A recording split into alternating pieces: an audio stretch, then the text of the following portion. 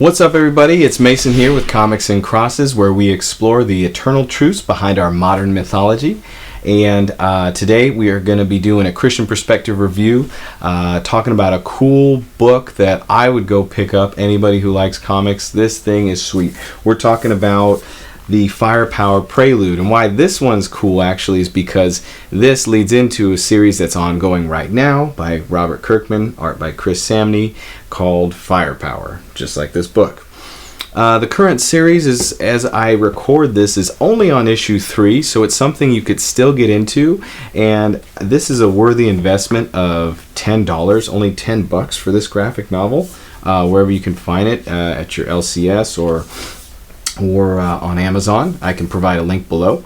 But so Fire Power is a original graphic novel that is meant to, as I said, lead into an ongoing series. So the cool thing about that is you get a one standalone story, and if it's not your thing, you can jump off at that point, and I think you'll be appreciative of having read it anyway. First thing I'll say about this book is I liked it.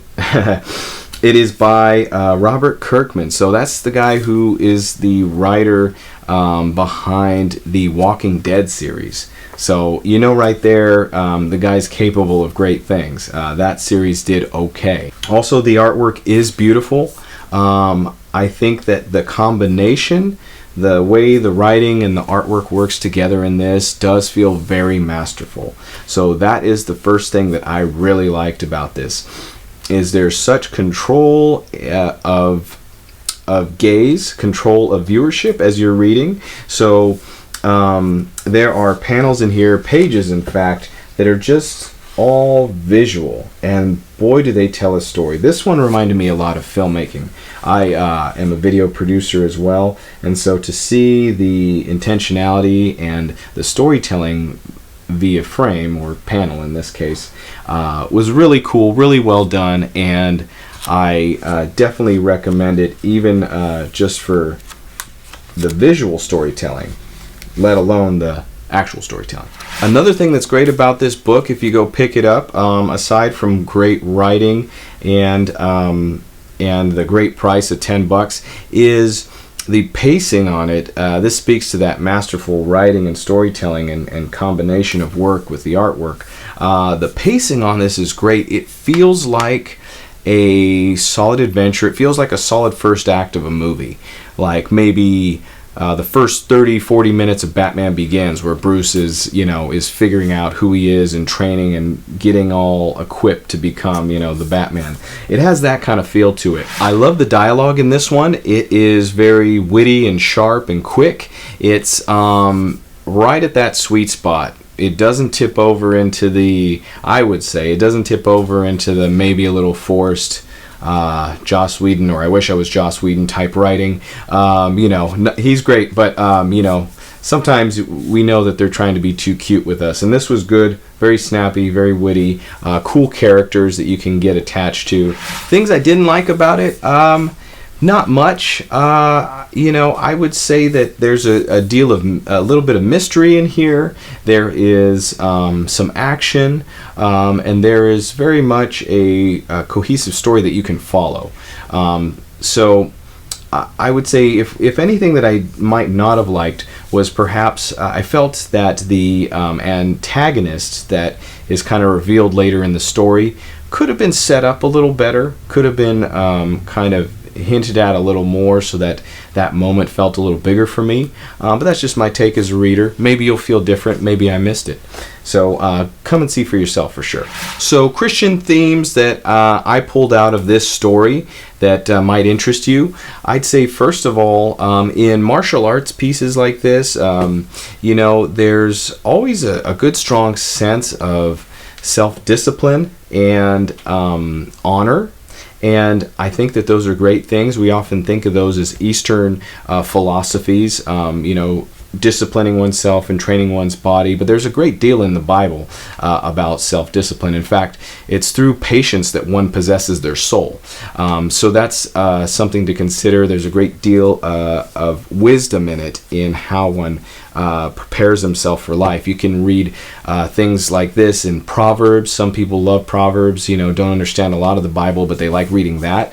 And I think that there's some of that you pick up in stories like this, which is really cool. There's a great piece actually about forgiveness and gaining a friend over an enemy with our main character, as he is, kind of confronting conflict with someone in his group. So there are certainly moments where there's little messages like that. But the big Christian message that I pull out of this, actually, without giving too much away, our main character, and I'm not giving his name because it's mentioned once in the story and actually disregarded as insignificant. So you'll see what that means and how that plays out as you read this. But our main character is on a journey, and he starts on a journey and he's searching for something.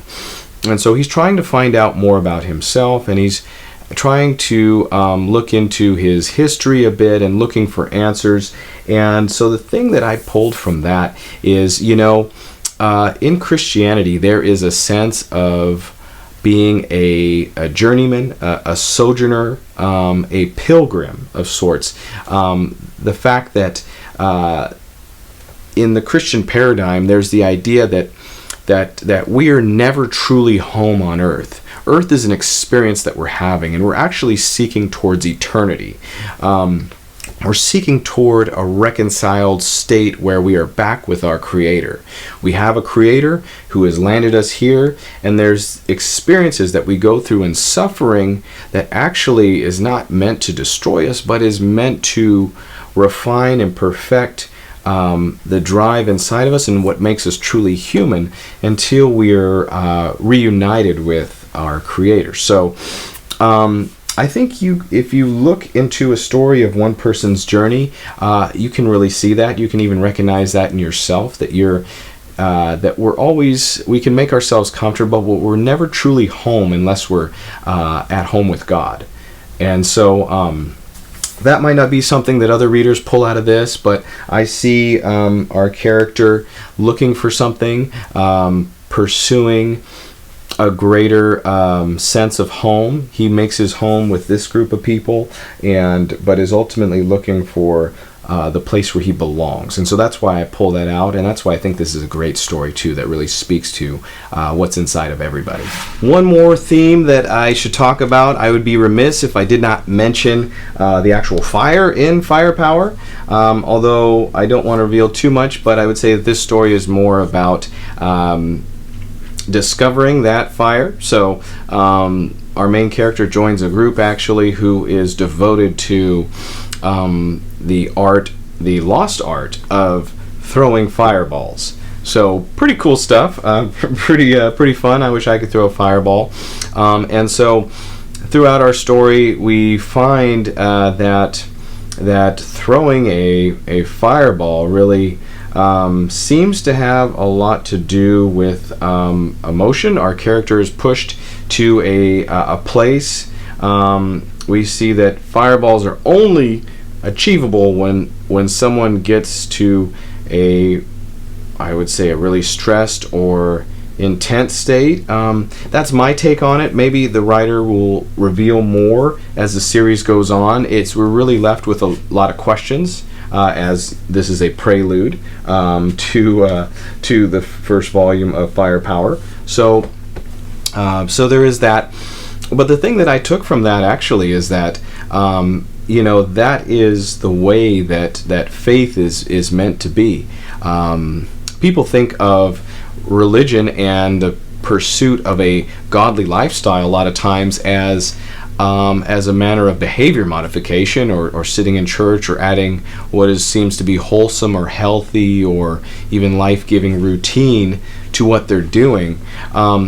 Whereas Jesus, when he was on the earth, he was constantly, I wouldn't say constantly, but he was multiple times impressed by people who had a tenacity to them, and who actually were non-religious, who came to him in a informal sort of way. There was once a woman who had an issue of bleeding, who was sick, who could not be healed by any doctors, who in a ancient Jewish culture where women would be not allowed to touch men, forced her way through a crowd and grabbed his cloak, just trying to get something from this Jesus guy who's going around healing people, and he stopped and was so impressed by her. He was impressed by another man who came to him and said, I know that you have the power, just say the word to heal my servant back home. There is a pattern in Scripture of people who are not religious, not pious, not well behaved, but who just want something bad enough to be honest with Jesus or with God, and they are rewarded for that tenacious sincerity. And that is a good picture of what faith sort of is, a tenacious sincerity that moves one to action.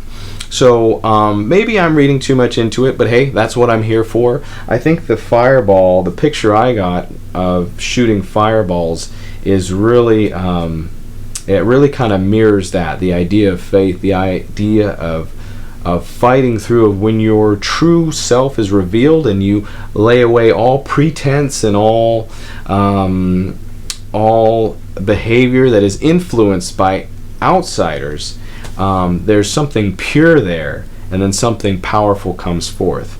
So yeah, some really cool stuff that I think really spoke to me, really I enjoyed. It's just a beautiful book. The artwork is great. The story is so precise. I love the control of the writing in this, but I am a writer, so that's how I feel about it. I hope you guys will check it out. I'll provide the link. If you watch this video, thank you so much for sticking through to the end. Thank you for your support. Please like, share the video to anyone you think might want to check out this title or just check out this video. Subscribe, hit the notification bell so you know when new reviews come out and other videos with varying content. So God bless you all. Have a great day, and I'll talk to you soon.